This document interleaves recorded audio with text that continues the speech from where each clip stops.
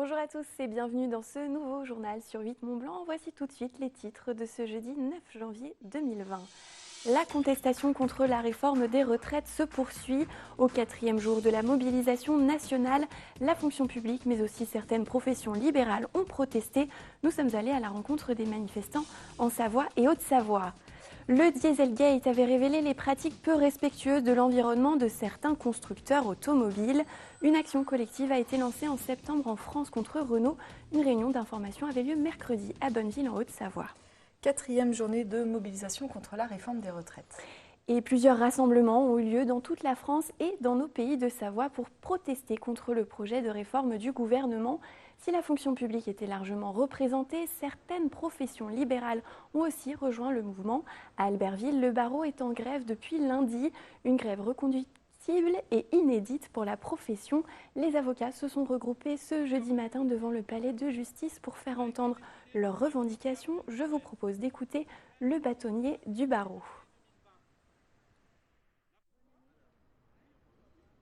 Les revendications, elles sont très claires parce qu'elles existent depuis longtemps.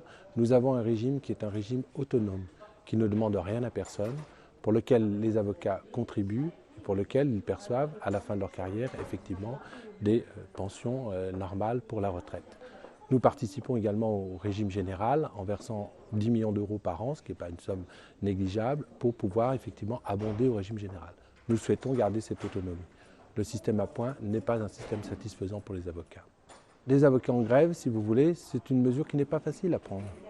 Pour un bâtonnier, ça veut dire que j'ai cessé de désigner des confrères pour ceux qui sont, par exemple, convoqués devant le tribunal pour être donc jugés, pour ceux qui risquent d'aller en détention, pour les gens qui ont des procédures civiles de divorce ou des procédures de recouvrement.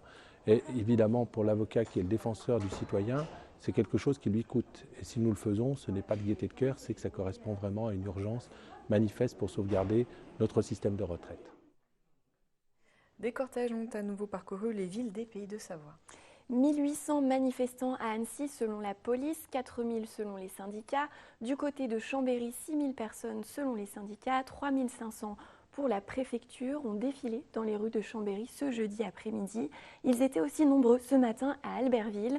Dans ces cortèges, les enseignants du second degré étaient représentés.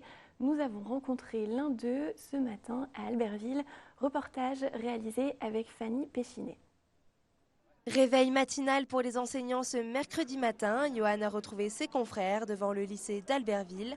Pour le professeur d'art plastique comme pour les autres, tout est question d'organisation.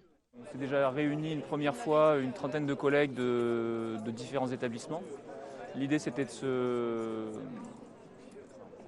de trouver un accord pour, ensemble pour savoir quelle action on pouvait mener, pour être visible et puis surtout pour marquer le coup vis-à-vis du projet de réforme. À ses côtés, un vieil ami qu'il a suivi du sud-ouest au nord-est, avec qui il partage des cafés et des idées communes. C'est connu, on a travaillé déjà 10 ans ensemble au collège de Beauzelle. On était déjà très actifs sur le plan syndical. Et puis là, on se retrouve au collège de la Combe de Savoie et le mouvement continue. Et on se joint à lui, à toutes les initiatives qu'il lance. C'est lui qui coordonne et on le suit volontiers. Père de famille, ce professeur d'art plastique doit aussi faire quelques concessions. J'ai une vie aussi, voilà, à côté de ça. Donc c'est un peu compliqué de joindre les bouts des fois. Voilà. Mais on fait avec, quoi. On essaie de. Alors des fois, par exemple ce soir, je pense pas, je serai pas là. S'il y a une action ce soir, j'y serai pas.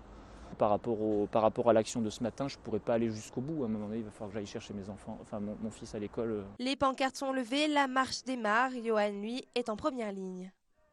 On est plutôt content, il y a du monde. C'est-à-dire qu'on a l'impression que le cortège ne désemplit pas au bout du 3e rendez-vous. Les manifestants terminent leur parcours aux alentours de midi. D'après le syndicat FSU, 70% des enseignants se sont déclarés en grève ce jeudi.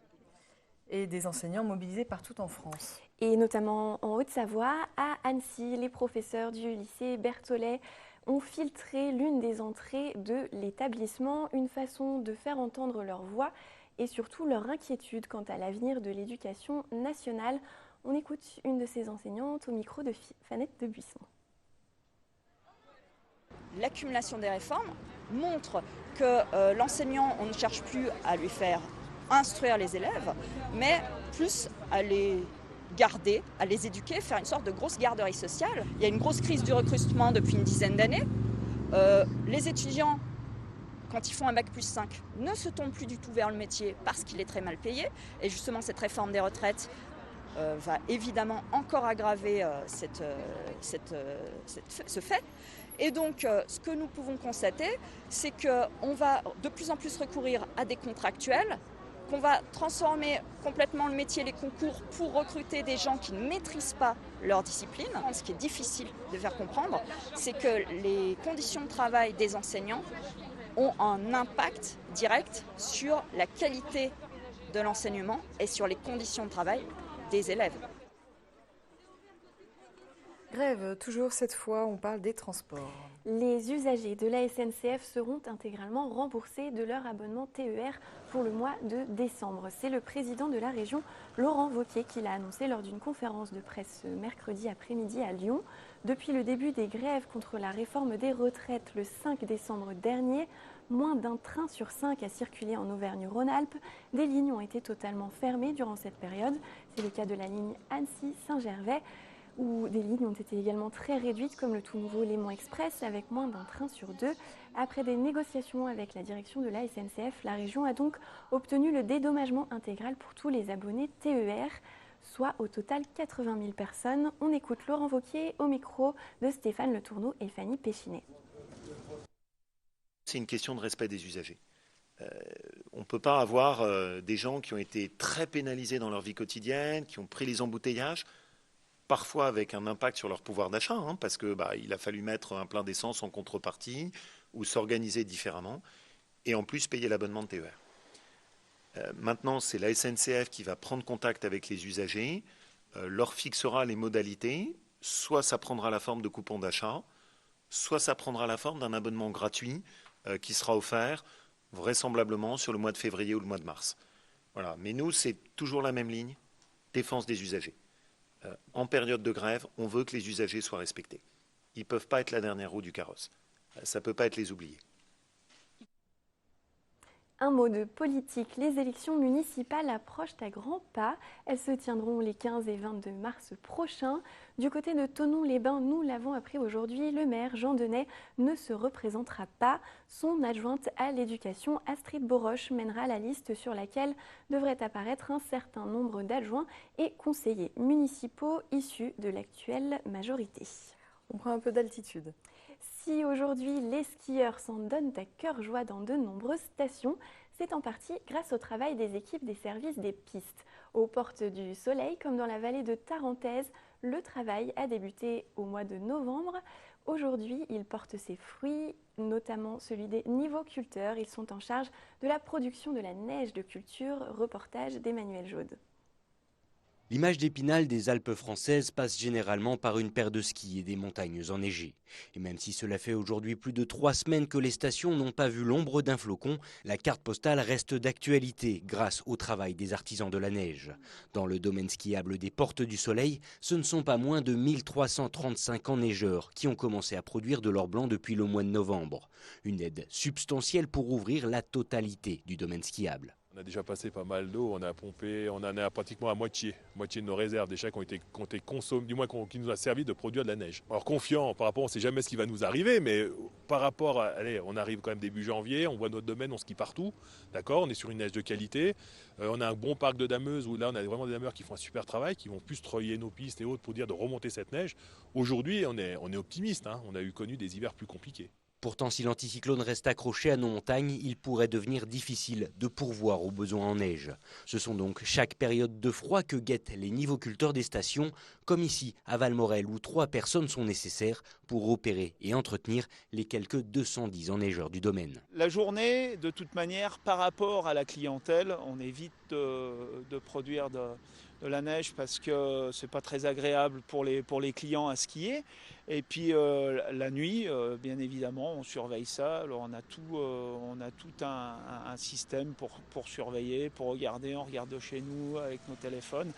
Et on a des alertes. Tout est bien organisé pour qu'on rate aucune période de froid. Pour autant, tous les canaux à neige ne sont pas forcément allumés dès les premières températures négatives.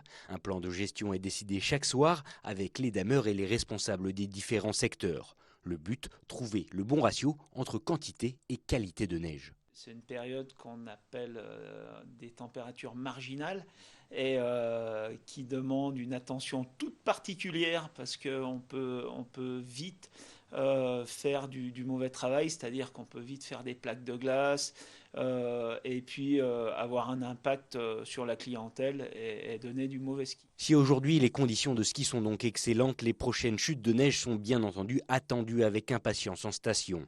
Des précipitations qui soulageraient la charge de travail des nivoculteurs et qui assureraient au domaine skiable une certaine sérénité pour la suite de saison. Une croisade contre le géant automobile.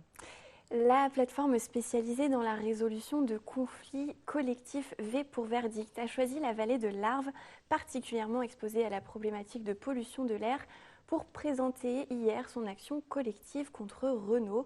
L'objectif est de rassembler les propriétaires de véhicules concernés par l'affaire du Dieselgate. L'idée est bien sûr de peser plus lourd face à la firme automobile et de négocier un accord à l'amiable financièrement conséquent. Les précisions d'Alexandre Roux. Depuis 2017, le scandale des moteurs truqués, dit du Dieselgate, touche la marque automobile Renault. Des infractions de tromperie aggravées et de pratiques commerciales trompeuses sont reprochées aux constructeurs français. Sauf que face à ce mastodonte, difficile pour les usagers floués d'obtenir une compensation. Afin d'avoir plus de poids, la start-up V pour Verdict devient le support en septembre dernier d'une action collective pour rendre plus accessible aux plaignants l'opportunité de négocier avec Renault. L'objectif de cette action collective portée par Med Bourhan est d'obtenir donc réparation d'un préjudice de tromperie ici et de pouvoir obtenir une indemnisation de 40% de la valeur des véhicules. Dans un premier temps, il y aura donc une négociation, entamer une procédure de négociation amiable avec Renault. En cas d'échec de cette négociation amiable, il y aura une constitution de partie civile pour l'enquête judiciaire qui a déjà lieu en cours depuis 2017 à l'encontre de Renault notamment. 8 modèles mis en circulation entre 2011 et 2018 sont concernés. Pour les possesseurs de ces véhicules, tout se passe en ligne. Moyennant une participation à hauteur de 50 €, les plaignants rejoignent le mouvement initié par l'avocat maître Elias Bourhan et entrent ainsi dans la bataille judiciaire collective.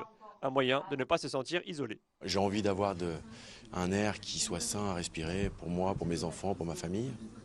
Et je pense qu'il faut absolument bouger et faire des actions. Et je trouve qu'en ce sens, une action telle que celle-là est souhaitable. Pour grossir ses rangs, la start-up s'est par ailleurs associée à France Nature Environnement. Cette association a participé à l'enquête qui a pointé du doigt des rejets d'oxyde d'azote 2 à 7 fois supérieurs à la limite autorisée sur certains modèles de la marque Holosange. On est juste un partenaire technique, un expert dans cette procédure. Le Dieselgate, c'est un sujet sur lequel on est depuis longtemps. Et aujourd'hui en France, seulement 5% des véhicules ont été rappelés. Donc on a encore sur nos routes beaucoup de véhicules qui sont très polluants, malgré le fait qu'on sait qu'ils fraudent et qu'ils sont très polluants. La deadline pour rejoindre l'action collective est fixée au 31 janvier prochain. Les négociations avec Renault se lanceront quelques mois après. Si au moins 20 participants se sont inscrits, la bataille contre le diesel est donc encore loin d'être terminée. Et c'est la fin de ce journal. Fanette, à toi le mot de la fin. Merci pour votre fidélité. Passez une très belle soirée. Je vous dis à demain.